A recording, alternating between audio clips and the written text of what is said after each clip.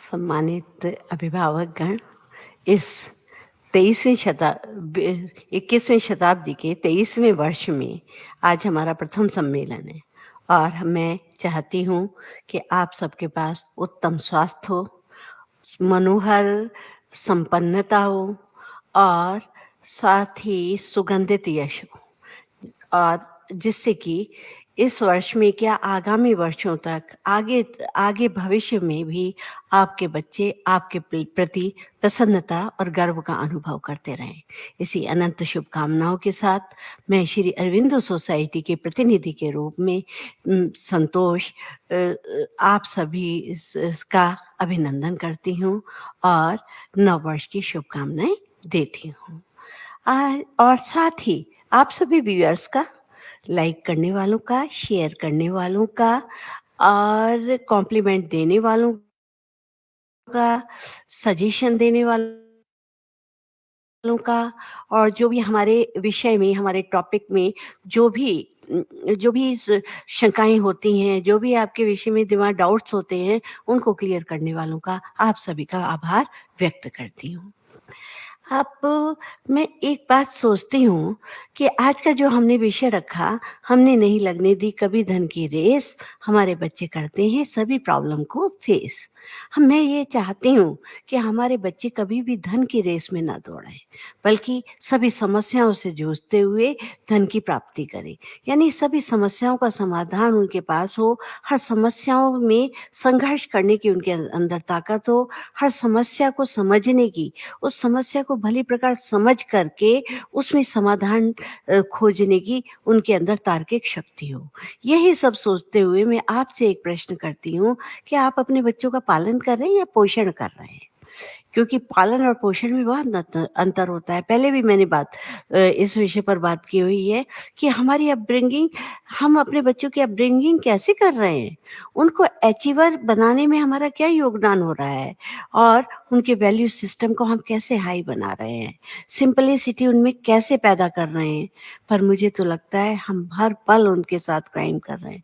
आप सोचेंगे crime? Crime कैसे हो सकता है? हम और अपने बच्चों के साथ क्राइम करेंगे?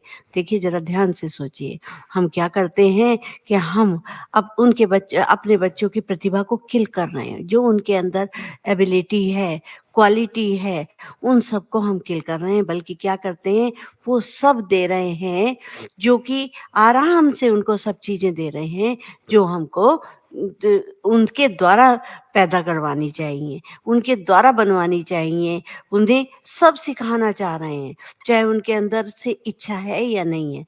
नहीं, तुम डांस भी सीखोगे, हाँ, तुम पेंटिंग भी सीखोगे, तुम जूडो कराटे भी सीखोगे, तुम मैथमेटिक्स के ट्यूटर के पास भी जाओगे, फिजिक्स के भी ट्यूशन के पास जाओगे, चारों तरफ हम भेज रहे हैं। और उसके अपनी जो खोज है, उसकी जो अपनी खोजी प्रतिभा है, उसको हम समाप्त कर रहे हैं। उनको सब कुछ उनसे पूछे जा रहे हैं, बेटा क्या तुम क्या कहते हैं बताओ, हमारे पास बहुत सारा पैसा है, आपको पैसे की कोई चिंता मत करो, कहाँ घूमने जाना है, कौन-सा गैजेट आपको लेना है, कौन-सी चीज़ है जो तुम्हें चाहिए, तेरे दोस्त के पास ये चीज़ है, चल तो उसके पास क्या होगा, मैं तेरे को दिलाता हूँ। इस तरह की जब हम बातें कर रहे हैं, तो क्या कर रहे हैं, हम एक रेस की तरफ भाग रहे हैं। एक हमने बच्चों के प्रति एक रेस बना दी है और उस रेस में हम अपने बच्चों को दौड़ाना चाह रहे हैं। उनको और फिर हम कहते हैं हम तो बड़ा क्वालिटी टाइम दे रहे हैं, हम तो अपने बच्चों को क्वालिटी टाइम देते हैं, हमारे बच्चे हमसे अच्छा माता-पिता कोई भी नहीं है। पर आपने कभी सोचा कि आप जहाँ धन और समय अपना बर्बाद कर रहे हैं, वो कितना व्यर्थ है? वो सब है, हमें क्या है फर्स्ट सेकंड की, वो उसका बच्चा फर्स्ट आ रहा है, उसका बच्चा सेकंड आ रहा है, तुझे भी फर्स्ट आना है, तुझे भी सेकंड आना है, तो फर्स्ट सेकंड है, तुझे सफल ही होना है, सफल भी ही होना है। इस तरह की बातें, अरे उसको देखो उसका बच्चा क्या कर रहा है। तो उससे हमने क्या करा, उनके सिस्टम को, इस तरह के जो आर्थिक सिस्टम है, धन के सिस्टम है, उनको उनके अंदर हाई डेवलप करते चले जा रहे हैं। उनके हाई क्वालिटी में उनको डेवलप करे जा रहे हैं। उससे जो आप सोचते हैं समाज बहुत व्यवस्थित बनेगा, नहीं, एक अजीब-सा एरोगेंट समाज बनेगा, बड़ा अजीब-सा समाज बनेगा। हमारे जो बच्चे हैं, उनको क्या कहते हैं, हम एक फाइनेंशियल की तरह से बन रहे हैं। पैसा लो और खर्च करो। ये पता नहीं कि कहाँ करना है, कैसे करना है, ये एक हमारे सामने एक ज्वलंत समस्या है। हमारी जो बातचीत का विषय घर में होता है, वो पता है क्या होता है? What you want to become या what you want get in life. मतलब ये हम चाहते हैं, हम ये सोचते हैं कि हमारे बच्चे अमीर कैसे बने, हमारे बच्चे के अंदर, बल्कि जो लोग समझदार होते हैं, एक बुद्धिजीवी होते हैं, जो ये चाहते हैं, वो व्हाट पर फोकस नहीं करते, वो फोकस करते हैं हू पर, WHO हू पर। तो who become, who you want to become, वो ये चाहते हैं कि कैसे जाने हर चीज को, कैसे जाने, किस तरह से हम अपने अंदर इस काम को करने के प्रति इच्छा जगाएं। तो यहाँ आपका कितना बड़ा फर्क, आप अपने आप आकलन करिए, आप किस तरह के माता पिता हैं, आप किस तरह का सोच देते हैं। तो हम, जो लोग बुद्धिजीवी हैं, वो बच्चे के करेक्टर बिल्ड करने में, उसके अंदर एक ह्यूमैनिटी ह्यूमैनिटी डेवलप करने के लिए, सिंपलिसिटी विकसित करने पे सहयोग देते हैं, ना कि उसके अंदर एरोगेंस पैदा करने के लिए करते हैं कि उसके अंदर वो बहुत घमंडी हो जाए, उसके अंदर ये हो कि जाओ जाओ। अगर आप जब देखिए कि स्कूलों में भी अक्सर बच्चे बुलिंग करते हुए मिलते हैं, ये नहीं सोचते कि किसके अंदर प्रतिभा है, तो वो सब उन्हीं लोगों के बच्चे होते हैं जो उनके अंदर इस तरह की बातें डेवलप कर रहे हैं। तो हमेशा ध्यान रखिए कि आपका बच्चा ऐसा ना हो, क्योंकि वो देश का भावी नागरिक है। कहीं हम ऐसा समाज तो बना नहीं रहे हैं। तो हम आज इसीलिए इसकी बात कर रहे हैं कि हम कभी धन की रेस में अपने बच्चे को आगे ना बढ़ाएं, बल्कि हम उनको, जो समस्याएं आती हैं, समस्याओं से जूझना, समस्याओं में अपनी एक सोच विकसित करना और उसका समाधान करने की प्रवृत्ति उनमें जगाएं। अभी एक बार मैं कहीं गई थी, एक छोटी-सी बच्ची अपने लॉन में झाड़ू लगा रही थी। जब मैंने उससे पूछा, बेटा ये झाड़ू आप क्यों लगा रहे हो?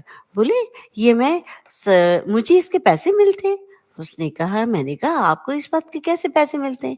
उसने कहा, मेरी मम्मी ने मेरा एक टाइम फिक्स कर रखा है कि इस टाइम पर शाम के 5 से 6 के बीच में आप यहाँ के सारे पत्ते हटा दोगी, और उसके पत्ते हटाने के बाद जो भी पौधों में पीले-पीले पत्ते मुरझाए हुए हैं, उनको साफ करोगी और उन पौधों में पानी दोगी। तो मैंने कहा, अरे वाह! पर आप उस ₹20 का क्या करोगी? तो बोले, ₹20 से आप लगाइए, कितने सारे मेरे पास पैसे हो जाएँगे, और उन पैसों से मुझे एक बहुत अच्छी-सी बुक खरीदनी है, और साथ ही साथ अपनी एक सहेली के बर्थडे के लिए गिफ्ट खरीदना है। मुझे बहुत अच्छा लगा कि कितना अच्छा तरीका था कि उस बच्चे के लिए उसने धन की रेस भी नहीं लगाई, पर साथ-साथ धन की कीमत समझा दी। चीज की कीमत समझा दी, धन की कीमत समझा दी, और इसके माध्यम से हमने एक देश को बनाने में बहुत बड़ा योगदान दे दिया। और अब जब हम कोई चीज खरीदने जाते हैं, फ्रिज खरीदने गए, माइक्रोवेव खरीदने गए, टीवी खरीदने गए, उसमें उसको ऑपरेट करने का हमारे को मैनुअल मिलता है, हम सबको मैनुअल मिलता है। पर जब हमारा बच्चा संसार में आता है, तो उसके साथ कोई मैनुअल नहीं मिलता। हमें खुद सोचना पड़ता है, हम इस बच्चे को किस तरह से उसकी अपब्रिंगिंग करें, किस तरह से उसको आगे बढ़ाएँ, कौन से विचारों को उसके अंदर समावेशित करें, कौन से बीजों को उसके अंदर डालें, जिससे कि उसके अंदर वो गुण विकसित होकर एक राष्ट्र का एक अच्छा-सा बच्चा क्या, एक युवक बन सके, जिसके कंधों पर आराम से राष्ट्र का भार दे दिया जा सके। पैसे को वेस्ट करना अगर हम सिखाते हैं, तो हम ये बहुत बड़ी गलती करते हैं, क्योंकि पैसे का वेस्ट हमें बिल्कुल नहीं कराना चाहिए, क्योंकि धन किस तरह से आता है, उसकी कीमत उसको बतानी चाहिए। अभी मैं आपसे आज उन लोगों के विषय में बात करूंगी, जिनके विषय में आप सोचते हैं ये लोग तो पता नहीं कैसे कैसे अपने बच्चों को पालते होंगे, किस तरह से करते हैं, परंतु उनका अगर आप लाइफ स्टाइल देखेंगे, उनका जो तरीका देखेंगे अपने बच्चों को कोई अपब्रिंगिंग का, तो आपको आश्चर्य हो जाएगा। आप कहीं और मत जाइए, सबसे पहले अपने देश के ही मुकेश अंबानी जी को और नीता अंबानी जी को देख लीजिए। आप सोचेंगे कि भई इनके पास तो कितना पैसा है, इतने बड़े-बड़े इनके मकान हैं, जिसका 27 माले का वो बना हुआ है, इसमें कौन-सी सुविधा नहीं है, इस तरह का है, जिन्होंने कि लंदन में भी अपना कोठी बना ली है, उनके कितने सारे प्राइवेट जेट चल रहे हैं, तो वो तो अपने बच्चों को पता नहीं क्या करते होंगे। परंतु वो जो है एक बार उनके बेटे अनंत की ज़बानी ही एक सेंटेंस मैंने पढ़ा था और उसके बाद ये पढ़ा था, "अरे! तू अंबानी है या भिखारी?" अब जब मैंने अंदर उसके विषय में पढ़ा तो मुझे पता चला कि जो अनंत अंबानी है ये इन लोग के 3 बच्चे हैं और तीनों लीडरशिप में बहुत आगे जा रहे हैं। पर कैसे जा रहे हैं ज़रा-सा आप सोचिएगा कि अनंत को रोज़ स्कूल में जाने के लिए कैंटीन में पैसे खर्च करने के लिए ₹5 मिलते थे। ₹5 तो वहाँ पर जाकर जब कैंटीन में बच्चे ₹10-10 निकालते थे, ₹20-20 निकालते थे, अनंत जो है हमेशा ₹5 निकाल कर के कोई सामान खरीदता था। तो सारे बच्चे उस पर हँसते थे, "अबे जा तू अंबानी है कि भिखारी है? तेरे पास इतने पैसे भी नहीं है।" तो उसे एक बार बहुत बुरा लगा और एक दिन मुकेश से और नीता जी से जाकर के वहाँ पर कहने लगा, पापा कल से मुझे ₹10 देना। अब पता नहीं वो पापा कहते हैं क्या नहीं कहते गुजराती में जो भी बोलते होंगे कि आप मुझे ₹10 देना।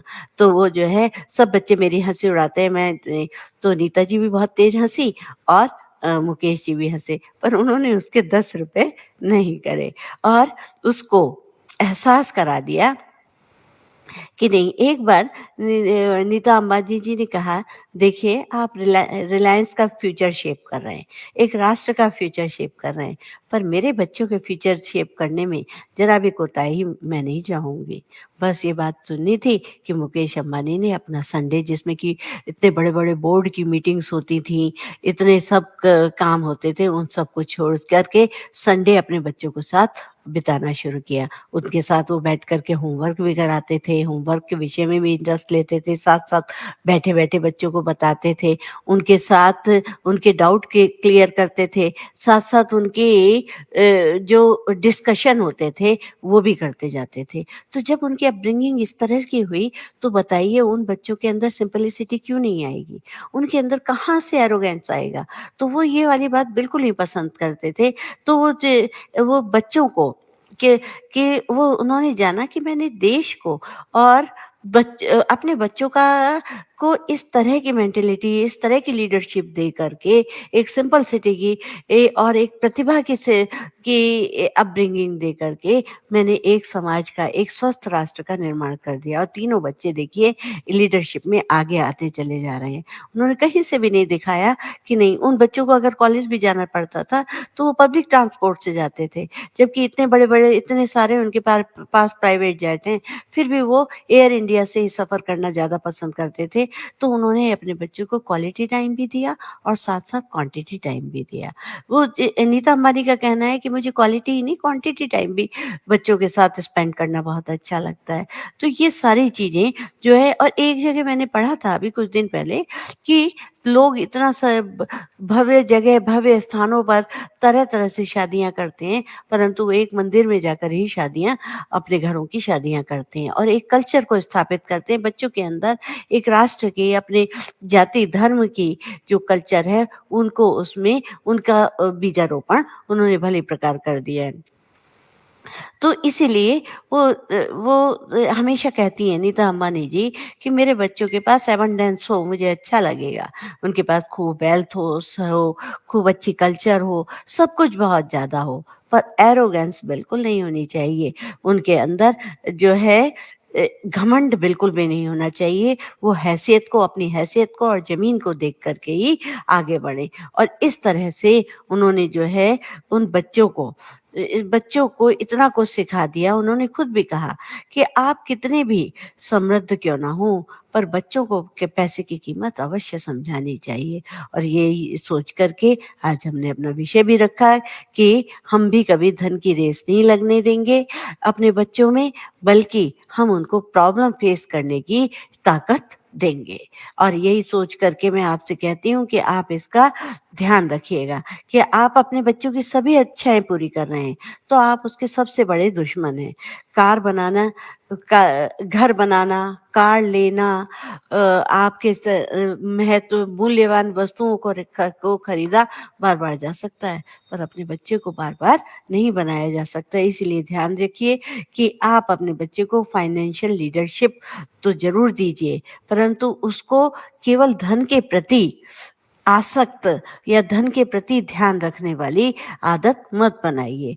उसको अ, उसको अगर जो है अगर बच्चे को आप घर में बैठ कर के जैसा कि मैंने कहा वो बच्ची झाड़ू लगा रही थी, अगर आप अपने बच्चों से कहिए देखिए सबके जो है शू पॉलिश आप बहुत प्यार से करिए, तो वो शू पॉलिश भी करेगा और इसके आपको ₹10 ₹20 जो भी कुछ है वो दीजिएगा और उसके आधार पर आप उसको कोशिश करिएगा कि आप इसको जोड़िए उसको जोड़िए, फिर उसका को समझिए कि पैसा क्या होता है और उसके बाद उसको खर्च करने की भी इच्छा रखिए। आप जब चाहें इसको खर्च कर सकते हैं, चाहे आप इसको इकट्ठा करके खर्च करें, चाहे तो आप देखेंगे कि बच्चा जो है उस प पैसे के इस्तेमाल का तरीका सीख जाता है। इसलिए हमेशा ध्यान रखिए कि बच्चों को जैसे ड्रॉवर क्लीनिंग है, बिस्तर लगाना है, किसी किचन में थोड़ा-सा टेबल साफ करना है या किचन में मम्मी के साथ हाथ बटाना है, इस सब का अगर आप थोड़ा-थोड़ा पैसा देना भी शुरू करेंगी, तो आपने उनके अंदर पैसे का मैनेजमेंट करना सिखा दिया। और इसीलिए मैं कहती हूँ कि बच्चों को सिखाइए, एक तो उनको टाइम फिक्स कर दीजिए, पैसे के लिए टाइम फिक्स कर दीजिए, उनको अ ये इकट्ठा करना, लर्न करना सिखाइए। पैसा फिक्स करिए, एक डायरी और उनको दे दीजिए कि उसमें वो लिखते जाएँ आज के दिन इतने पैसे मिले और लास्ट में इतने मिले तो मैंने उससे क्या खरीदा, क्या चीज़ मैंने बनाई, किसको मैंने क्या दिया। मतलब वो दूसरों को उपहार भी दें, जिससे कि उनके अंदर ये देने की प्रवृत्ति भी आए, उनके अंदर उदारता की भावना भी आए। तो वो चीज़ें जब उनके अंदर आती है तो और स्पेंड करने का तरीका भी उनको आता है कि पैसे को किस तरह से स्पेंड किया जाता है, किस तरह से यानी कि आपने उसको अर्न करना भी सिखाया, उसके साथ-साथ लर्निंग भी सीख गया उसको कि कैसे पैसा आया, किस-किस तरह से कितना पैसा आया और साथ-साथ बर्न करना भी सिखा दिया। यानी कि आपने उसको अर्न, लर्न और बर्न तीनों चीज़ें बहुत आराम से सिखा दी। उससे क्या है कि आपने अपने बच्चे को बहुत सारा किया। अगर वो फुटबॉल खरीदने के लिए उसने पैसा इकट्ठा कर लिया, अच्छी तरह से पैसा लेकर के बना कर के लाया, तो आप उसकी तारीफ़ करिए, उसको खूब अच्छी तरह। परंतु कहीं पर भी उससे कहा, तो उसको समझाइए अवश्य। उसकी सफलता और असफलता का लेवल मत मनाइए कि कितना बेवकूफ़ है, बल्कि उससे कहिए आपने बहुत बड़ी कोशिश की थी, आपने बहुत अच्छा प्रयास किया था और उसमें ले आए, पर कभी-कभी ऐसी चीज़ आ जाती है। कोई बात नहीं, आप धीरे-धीरे सीख जाएँगे। तो जे कहते हैं ना मिट्टी का मटका और परिवार की कीमत सिर्फ बनाने वाले को पता चलती है, तोड़ने वाले को नहीं। तो जब आप अपने परिवार को इस तरह से बनाते हैं, तो आप उसको समझ पाते हैं, अच्छी तरह से समझ पाते हैं। अब एक और दूसरा उदाहरण आपको मैं देती हूँ स्टीव जॉब का। तो एक बार एक जर्नलिस्ट ने स्टीव जॉब से पूछा, "जी आपका तो आपके तो बच्चे लेटेस्ट एडिशन का आईपैड यूज़ करते होंगे। उसने कहा किसने कहा आपसे? तो शॉक रह गया। उसने कहा मेरे बच्चे तो कोई भी नहीं कोई भी आईपैड यूज़ नहीं करते, मेरे यहाँ तो नहीं है। मेरे यहाँ तो टेक डिटॉक्स प्रैक्टिस चलती है। उसने कहा टेक डिकॉस डिटॉक्स प्रैक्टिस क्या होती है? उन्होंने कहा टेक टेक डिटॉक्स प्रैक्टिस यानी मेरे यहाँ कोई भी किसी तरह का गैजेट प्रयोग ही नहीं होता। वो तो शॉक रह गया एकदम कि ऐसा भी हो सकता है? तो उसने कहा नहीं, मेरे यहाँ तो बच्चों के साथ ओरिजिनैलिटी, क्रिएटिव डेवलपमेंट की बातें होती हैं, कि कैसे उनके अंदर ओरिजिनैलिटी, कैसे उनकी सोच विकसित हो, किस तरह से उनकी समझ विकसित हो कि वो नया-नया निर्माण कर सकें। उस तरह की बातें होती हैं, महापुरुषों की बातें होती हैं, अचीवर्स की बातें होती हैं कि हम क्या-क्या चीज़ें किस तरह से अचीव कर सके, उस व्यक्ति ने कैसे वो वहाँ तक पहुँचा। मान लीजिए आइंस्टीन कैसे पहुँचा, आपके बिल गेट्स कैसे काम करते हैं, इस तरह की मतलब किसी भी तरह के एक ये तो उदाहरण है कि अचीवर्स की बातें होती हैं वहाँ पर और इसलिए कि वो डेवलप करते हैं कि जिससे कि आप अपने को स्वयं में ढूंढ सकें, आप अपनी सोच को, अपनी प्रतिभा को भली प्रकार से खोज सकें। हमारे यहाँ की जो है हमारे घरों में क्या होता है कि सारे के सारे चाहे माँ माता है, पिता है, बच्चा है, बच्ची है, सब अपना-अपना मोबाइल लेकर के बैठे रह रहे हैं। बीच-बीच में माँ कहे जा रही है, "अरे भई खाना खा लो, हैं? खाना तो कब का बना रखा है।" पिता कह रहे हैं, "अरे भाई भाई कहीं अपने असली दोस्तों के साथ भी मिल लिया कर, सारे दिन इसी ऑनलाइन फ़ोन पर ही चैटिंग करता रहता है, कभी सचमुच के दोस्तों से भी बात कर लिया कर जो तेरे से फिज़िकली मिल सकें। पर नहीं, लड़की है, लड़की को भी यही लगता है, बहन को और बच्ची को भी यही लगता है, बस मैं इसी में लगी रहूँ, इसी में इतना कुछ है। क्योंकि मोबाइल पर मैं बहुत कुछ बता चुकी हूँ, तो आपको पता है कि कितने बड़े-बड़े नुकसान उससे हो जाते हैं। परंतु हम उसको को लेकर के अभी भी बैठे रहते हैं। तो हमने क्या किया, अपने बच्चों को विकसित होने से रोक लिया। तो हमने उनकी कैरेक्टर क्वालिटी को डेवलप नहीं किया, बल्कि और ना ही उनके जो उनके अंदर ह्यूमैनिटी वैल्यूज़ हैं, जो उनके मानवीय मूल्य हैं, उनको भी हमने विकसित करने से रोक लिया। तो हमने अपने बच्चों को क्या-क्या दे दिया कि कोई हमने अपने बच्चों को असली दोस्तों से मिलने के लिए कहा, पर उन्होंने सुना नहीं।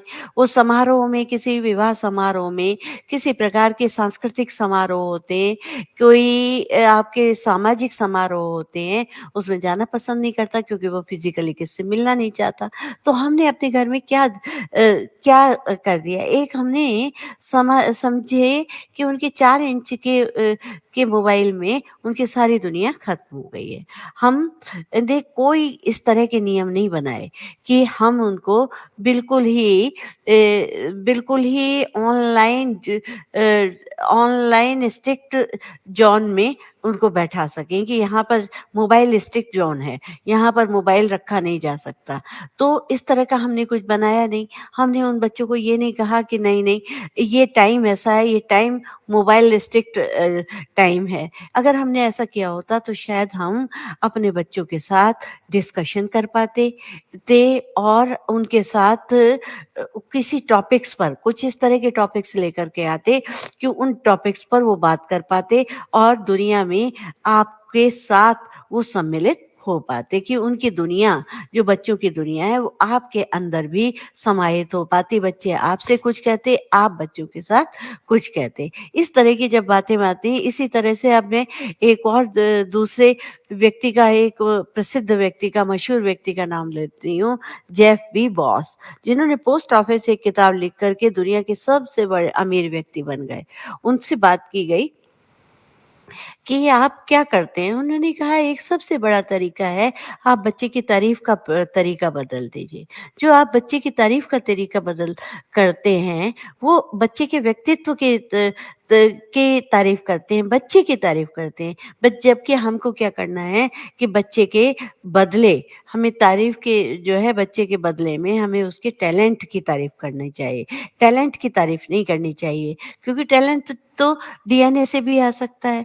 टैलेंट आपका की वजह जो है लग्ज़री भी हो सकती है, इकोसिस्टम भी हो सकता है। वो व्यक्ति का अंदर का की खोज नहीं है, उसके अंदर के एफ़र्ट नहीं है। हमें टैलेंट की जगह एफ़र्ट की तारीफ़ करना चाहिए कि हमारे बच्चे ने कितनी जान लगा दी। हमें बच्चों से, अगर हमारा बच्चा बहुत सुंदर पेंटिंग बनाता है, तो हमें उसके साथ बात करनी है। ये नहीं करनी क्या शानदार पेंटिंग बनी है, क्या बल्कि कहना है, अरे वाह! तुमने तो इस पेंटिंग को लाइवली बनाने में, सजीव बनाने में अपनी पूरी मेहनत झोंक दी। कितने ढंग से अपनी सोच को विकसित किया, कितने ढंग से आपने इसका कि एक-एक पंक्ति, एक-एक भाव मुद्रा को अंकित किया है।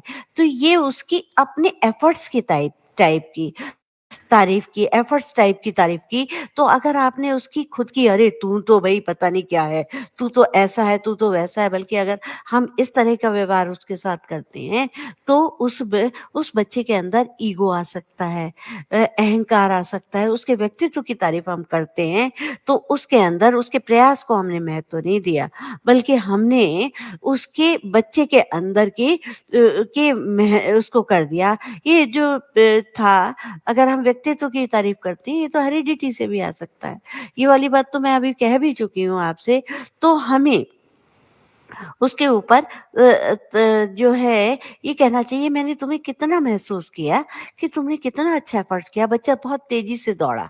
मान लीजिए वो सेकंड आया, थर्ड आया, फोर्थ आया, तो आपको ये नहीं कहना तू थर्ड आया, फोर्थ आया, ये आया। उस पर कोई लेबलिंग नहीं लगानी, बल्कि उसको कहना है कि बेटा मैं दूर से महसूस कर रहा था कि तूने अपनी जितनी तेरे साथ ताकत थी वो तूने सब झोंक दी थी और इस कारण से तू मेहनत आया। तो मैं क्या लेवल है, ना तू सफल है तो भी बहुत अच्छा, मेरे लिए बहुत अच्छा है, असफल है। असली बात तो तेरे एफर्ट की थी, तूने अपने पूरा एफर्ट किया। अगर हमने गलत थोड़ा-सा उसके एफर्ट में कमी है, तो हमें अच्छी तरह से समझाना चाहिए, उस पर लेबलिंग नहीं करनी चाहिए। तो ये चीज़ें जो चीज़ है, हम कैसे बीज डाल रहे हैं बच्चे के अंदर, जाने-अनजाने कि कैसा लेबल लगाने से हम किसी प्रकार का गलत लेबल डाल रहे हैं। हमें बल्कि उसके एफर्ट्स की तारीफ़ करनी चाहिए, उसके अंदर वो उसका प्रयत्न कितना सार्थक हुआ। उसके ना कि उसके व्यक्तित्व की है, व्यक्तित्व के करते ही उसके अंदर एक ईगो आ जाता है, अहंकार आ जाता है और उसका व्यक्तित्व जो है एक अलग तरह से विकसित होता है। जब हम एफर्ट की तारीफ करते हैं तो वो केवल एफर्ट पर ध्यान देता है। कहते हैं ना उद्योगिनम पुरुष सिंह में पायति लक्ष्मी, उद्योगी पुरुष के साथ ही लक्ष्मी प्राप्त होती है। तो ये सारी चीजें जब हम उसमें डाल रहे हैं तो जाने अनजाने हमें उन पर लेबल नहीं लगाना, केवल उनके एफर्ट्स की तारीफ करना चाहिए। और एक सबसे बड़ी बात हम क्या करते हैं, हमारी अपनी पूरी ज़िंदगी बच्चों को कंपेयर करने में और कॉम्पिटिशन करने में, कंपैरिज़न करने में कि वो भला फलाँ बच्चा ऐसा है, तू तो ऐसा नहीं करता, तुझे भी ऐसा करना है। वो फलाँ बच्चा तो म्यूज़िक सीख रहा है, तू तो सीख नहीं रहा, तू भी म्यूज़िक में आ जा, तू भी डांस में आ जा, तू भी ये कर दे। अरे तुम उसकी वास्तविकता तो समझो, बच्चे को क्या अच्छा लग रहा है, बच्चे को क्या नहीं अच्छा लग रहा। वो सारी बातें तो आप ढूँढ नहीं रहे, बल्कि अपनी तरफ से कंपैरिज़न में लगे हुए हैं। उसी तरह से आप उसके बच्चे के साथ की ज़िंदगी अपने साथ ही उसके कॉम्पिटिशन में लगा देते हो। जब आप उसके कॉम्पिटिशन में लगा देते हो, तो आप उसके दुश्मन बन जाते हो। आपने ये नहीं सोचा बच्चे की जो असली प्रतिभा है, उसको खोज कर निकालो। हमारा जो वो उद्देश्य है, जो उसके अंदर अंकुरण है, उसके अंदर जो प्रतिभा का अंकुरण है, उसे ढूँढ-ढूँढ कर आप निकालिए। एक सबसे बड़ी बात क्या करिए कि कुछ एक क्वेश्चन्स बनाइए।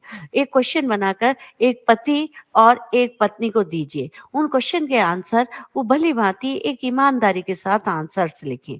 फिर उन दोनों आंसर्स को लेकर के आप टैली करिए और उसमें देखिए कि माता और पिता यानी पति-पत्नी के दोनों के विचार इसमें मिलते हैं या नहीं मिलते। क्योंकि एक गाड़ी के 2 पहिए जो अगर विपरीत दिशा में जा रहे हैं, उनमें 36 का आंकड़ा है, तो गाड़ी तो डगमगाएगी। तो जब आप देखेंगे कि हम दोनों के पति-पत्नी के विचारों में कितनी सहमति है, कितना कार्य करने के ढंग में सहमति है, तो हमारी जो गृहस्थी की गाड़ी है वो बहुत अच्छी तरह स्मूथली पटरी पर चलेगी। नहीं तो हम डगमगा जाएँगे। ये एक प्रयोग करके देखिए। तो उसी तरह से आप अलग-अलग दिशा में जाइए, अगर जाएँगे तो आपकी गृहस्थी की गाड़ी के बैंड बज जाएँगे। तो इसलिए अब मैं वॉरेन बफेट का बात बताती हूँ कि वॉरेन बफेट से जब बातें की गई उनके बच्चे तो उन्होंने कहा मैं बहुत अच्छा एक ईज़ी तरीका अपनाता हूँ।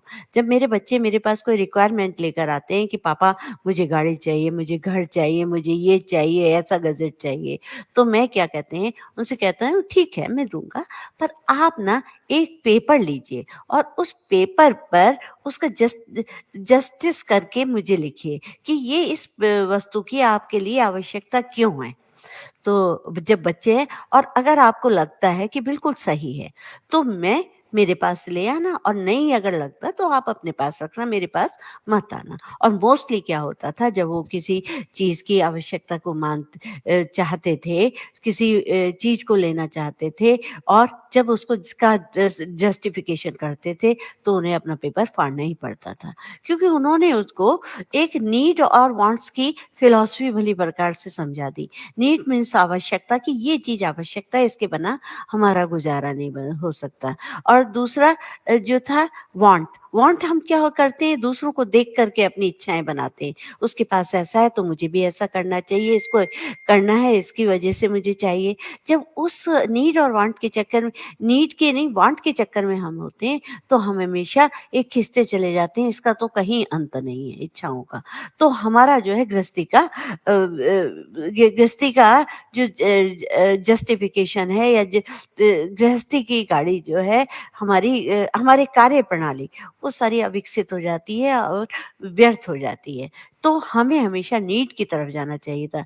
यही कारण हुआ कि उन्होंने जब अपनी पूरी 99% संपत्ति दान करने की घोषणा की, तो उनके बच्चों ने खड़े होकर उनकी प्रशंसा, भूरी-भूरी प्रशंसा की, और क्या कहते हैं, उनके लिए तालियाँ बजाईं और सबके सामने गर्व के साथ कहा।